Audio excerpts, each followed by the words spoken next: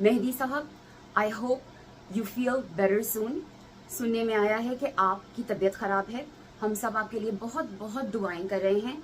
मेहदी साहब, you are a very strong person. हम आपको ये ज़रूर बताना चाहते हैं कि अगर कभी आपकी हिम्मत टूट जाए, अगर कभी आप थक जाएं, तो आप ये ज़रूर याद रखें कि इस कौम के, ना सिर्फ पाकिस्तान के बल्कि पाकिस्तान से बाहर भी हम सब आपके लिए बहुत ज़्यादा दुआएं करते हैं।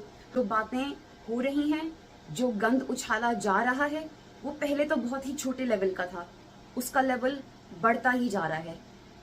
गाइस, आप लोगों ने सुना ही होगा कि जटियल आपी जो हैं वो अपने पैनल ऑफ जोकर्स के साथ बैठ के घटिया से घटिया होती जा रही हैं।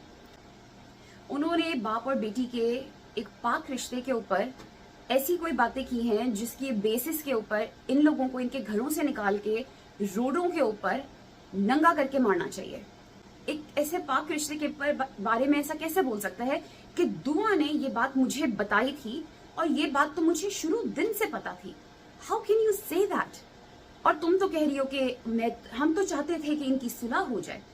अगर तुम्हें पता था कि इस तरह का कोई सीन है तो तुम क्यों चाहती थी कि इन लोगों की सुलह हो जाए? तुम किस टाइप की औरत हो कि तुम चाहती थी कि दुआ उसी एनवायरनमेंट में वापस चली जाए? तुम डबल फेस्ड हो। तुमने पहले एक अलग बात की और अब तुम एक अलग बात कर रही हो, क्योंकि तुम ये चाहती हो कि दुआ कराची जाके चाइल्ड प्रोटेक्शन ब्यूरो के पास ना जाए, क्योंकि चाइल्ड प्रोटेक्शन ब्यूरो जो है उसे उसके माँ बाप से मिलने की इजाजत देगा। दारुल अमान जो है वो एक माइनर चाइल्ड को उसके माँ बाप से मिलने की इजाजत देगा।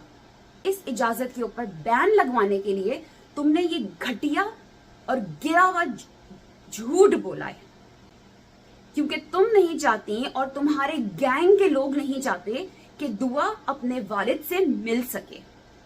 That is your bloody plan।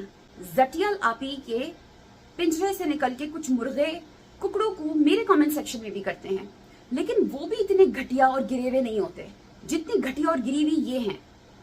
अब इनकी बातों से अंदाजा लगाएं कि इन्होंने बात कैसी की है मेहदी साहब और दुआ जहरा के बारे में, और फिर ये चेक करें कि ये कहती थी कि मुझे शुरू से पता है।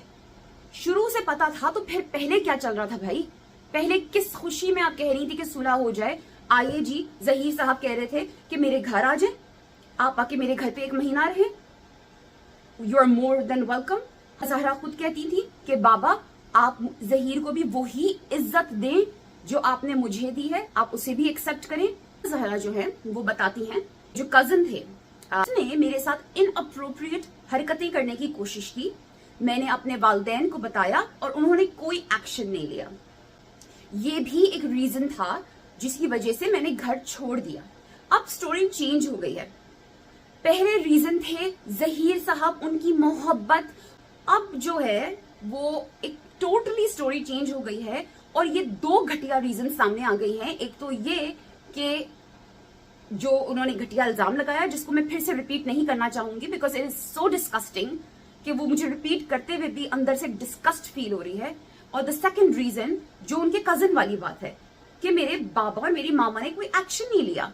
वो बाप जो कि पिछले 3 मंथ्स से फॉर 3 मंथ्स वो आदमी रोडों के ऊपर फाइल लेके फिरे जा रहा है, हर प्लेटफॉर्म पे आके अपने बारे में बात कर रहा है, हर किस्म की अपने बारे में, अपनी फैमिली के बारे में बातें बर्दाश्त कर रहा है, हर किस्म के क्वेश्चंस का आंसर कर रहा है। वो माँ हर किस्म के क्वेश्चंस का आंसर कर रही है, न सिर्फ मीडिया का बल्कि अपने करीबी लोगों का, अपने पड़ोसियों का। आप सोच भी सकते हैं कि उनसे कितने पर्सनल क्वेश्चंस किए गए होंगे कैमरे पर, और कैमरे के पीछे उनके बारे में कितनी बातें बनाई गई होंगी। ये जो रूमर्स उनके बारे में फैलाए जा रहे हैं उसका कितने आफ्टर इफेक्ट्स उनकी लाइफ के ऊपर हुए होंगे। आपको लगता है कि अगर दुआ जहरा के साथ उसके कजिन ने ऐसा कुछ भी किया होता तो मेहदी अली काज़मी खामोश होकर बैठते? आपको ऐसा लगता है कि मेहदी अली काज़मी उन बापों में से हैं जो कि कुछ भी ना करते? तो जटियल आपी और जाहिल जाफरी, मेरी आपको यह सजेशन है कि आप अपनी स्ट्रैटेजी चेंज करें, क्योंकि जिस तरह से ये जंग आप लोग लड़ रहे हैं ना, उस जंग में सिर्फ और सिर्फ आपका किरदार सामने आ रहा है। उस जंग में آپ لوگ اپنے آپ کو دن ب دن اور ایکسپوز کرتے جا رہے ہیں.